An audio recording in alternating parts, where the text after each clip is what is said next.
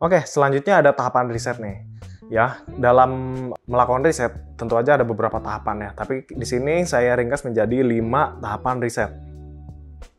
Gitu, yang pertama, ada perumusan masalah nih. Jadi, kita sebelum melakukan riset harus tahu dulu masalah apa yang ingin kita selesaikan atau masalah apa yang ingin kita riset gitu supaya kita mendapatkan jawabannya.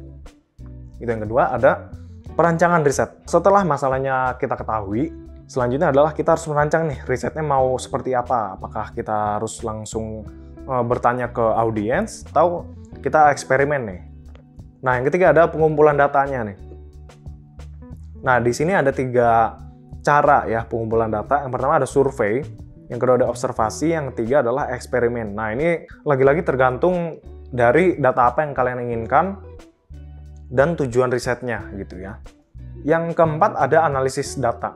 Nah, setelah data yang dikumpulkan gitu ya, hasil survei, hasil observasi, atau hasil eksperimen, data tersebut, data-data tadi, itu dikumpulkan dan dianalisis nih. Kira-kira apa sih ini maksudnya gitu. Misalnya survei ya, kalau kita tadi hotel bintang 5, survei dulu nih, kira-kira tamu itu butuhnya apa gitu. Nah, setelah itu kita analisis datanya, oh ternyata tamu itu lebih butuh kasur empuk dibanding AC yang dingin gitu, contohnya ya.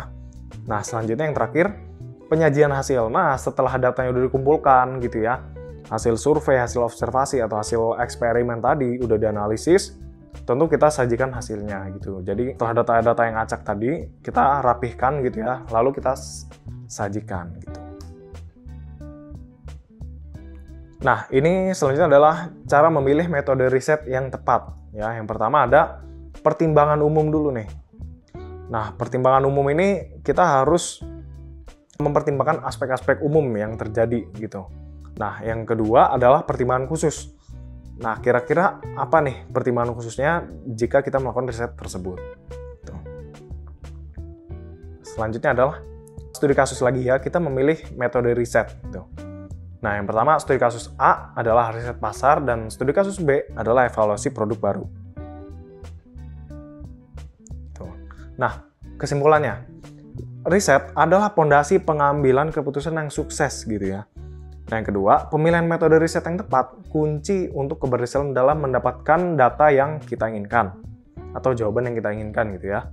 Yang ketiga adalah lanjutkan untuk mengasah keterampilan riset kita gitu.